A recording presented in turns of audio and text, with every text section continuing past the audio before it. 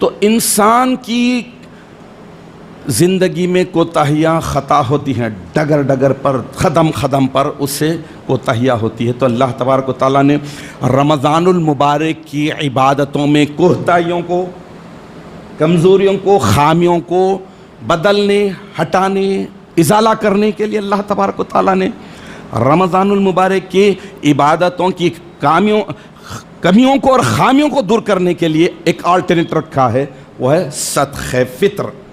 یہ ہے غلطیوں کا کفارہ، کمزوریوں کا کفارہ، جو خامیاں ہو گئے ہیں عبادتوں میں ان کا کفارہ۔ تو اب اس کو بھی اللہ تبارک و تعالیٰ نے معمولی بھی رکھا، درمیانی بھی رکھا، اچھا بھی رکھا۔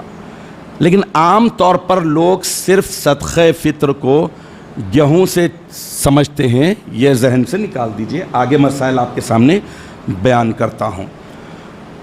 فطر افطار کے معنی ہیں کہ روزہ کھولنا، صدقہ فطر روزہ کھولنے کا صدقہ۔ اب صدقہ فطر 2 شعبان المعظم، 2 شنبے کو، 2 ہجری، اسی وقت صدقہ فطر واجب ہوا جس وقت اسی تاریخ کو رمضان المبارک کے روزے فرض قرار دیے گئے تھے۔ اسی لیے حضور اکرم نبی مکرم سرکار دو عالم صلی اللہ تعالیٰ علیہ وسلم نے اسی سال کو صدقہ فطر کا حکم فرمایا۔ سنن ابو داؤد حضرت عبداللہ ابن عباس رضی اللہ تعالیٰ عنہ سے مروی حدیث شریف، حدیث نمبر 1609 1609، اللہ کے نبی صلی اللہ تعالیٰ علیہ وسلم ارشاد فرماتے ہیں، فرض فرماتے ہیں کہ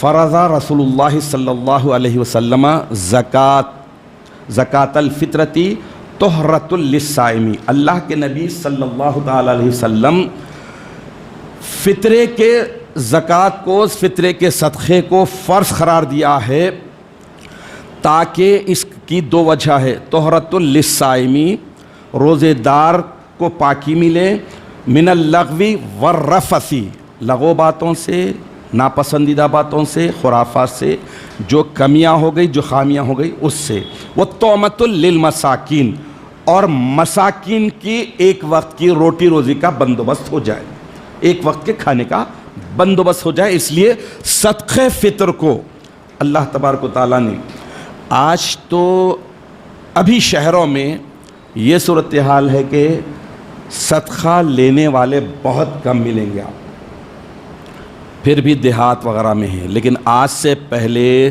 یہ صدقہ فطر کی اتنی اہمیت تھی کہ صدقہ فطر آنے کے بعد گھر میں چولہے سلگتے تھے فخر و فاخر کی وجہ سے۔ الغرض ترمذی کی ایک حدیث ہے، حدیث نمبر 674 6674، حضرت عمرو بن شعیب رضی اللہ تعالی عنہ سے مروی حدیث شریف ہے، حضور اکرم نبی مکرم صلی اللہ تعالی علیہ وسلم نے ایک شخص کو بھیجا کہ مکے کی گلی کوچوں میں اعلان کر دے کہ الا ان صدقۃ الفطرۃ واجبۃ علی کل مسلم ذکر او انثی حر او عبد صغیر او کبیر۔ 2 مد گیہوں یعنی گندم کے، گہوں کے، اور 1 سا کھانا واجب ہے۔ یعنی اللہ کے نبی صلی اللہ تعالیٰ علیہ وسلم مکے کی گلی کوچوں میں یہ اعلان کروا دیے کہ آگاہ ہو جاؤ، خبردار ہو جاؤ کہ بے شک فطرے کا صدقہ واجب ہے ہر مسلمان پر، چاہے وہ مرد ہو یا عورت، آزاد ہو یا غلام، چھوٹا ہو یا بڑا۔ اس حساب سے ہر ایک پر 2 مد گندم یعنی گیہوں کا 2 مد اور 1 سا کھانا واجب ہے صدقہ فطر کے طور پر۔ الجامع الصغیر میں حدیث شریف آئی ہے، حضور اکرم نبی مکرم صلی اللہ تعالیٰ علیہ وسلم صدقہ فطر کی اہمیت، اس کے واجبیت کو بتا رہے ہیں، ارشاد فرماتے ہوئے کہ شہر رمضان معلق بین السماء والارض، رمضان المبارک کی عبادتیں، روزے معلق رہتے ہیں، لٹکے ہوئے رہتے ہیں زمین اور آسمان کے درمیان میں، ولا یرفع الی اللہ الا بزکات الفطرۃ، یہاں تک کہ جب تک صدقہ فطر ادا نہیں کر دیا جاتا اس وقت تک یہ اللہ تک نہیں پہنچتے۔ تو معلوم یہ ہوا کہ صدقہ فطر روزوں کی مقبولیت کا ذریعہ ہیں اور دیگر عبادات کی کوتاہیوں اور کمزوریوں کا کفارہ بھی ہے۔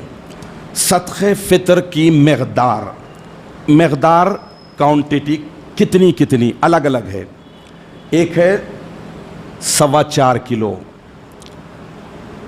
اور دوسرا ہے 3.5 کلو، تیسرا ہے 2.5 کلو، اور چوتھا ہے 1.25 سیر۔ اور اس میں افضل یہ بتایا گیا درمیانی کے 2.5 کلو یا کم از کم 1.25 کلو کا، 2.5 kg یا 1.25 kg۔ اور صدقہ فطر میں کون کون سی چیزیں دینا چاہیے؟ گیہوں، آٹا، ستو، جو، منخا، کھجور وغیرہ۔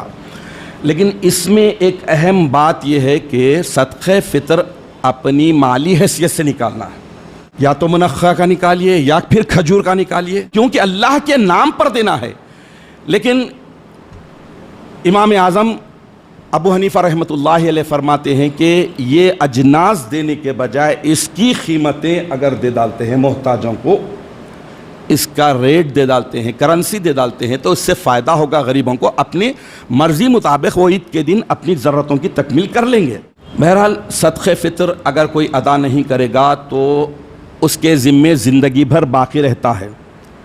کوئی بھی صدقہ فطر ہر ایک پر واجب ہے، حتیٰ کہ نومولود جو بچہ ابھی پیدا ہوا ہے، آج کل میں پیدا ہوا ہے، گھنٹوں پہلے پیدا ہوا ہے، تو اس کے پیرنٹس کے اوپر واجب ہے، ذمہ داری ہے کہ اس کی طرف سے بھی اگرچہ کہ وہ روزے نہیں رکھا، رمضان المبارک کی عبادتیں نہیں کی، لیکن صدقہ فطر کی حکمت یہی ہے کہ عید کے دن عید کی خوشیوں میں محتاجوں کو، غریبوں کو بھی ان کا حق پہنچنا چاہیے۔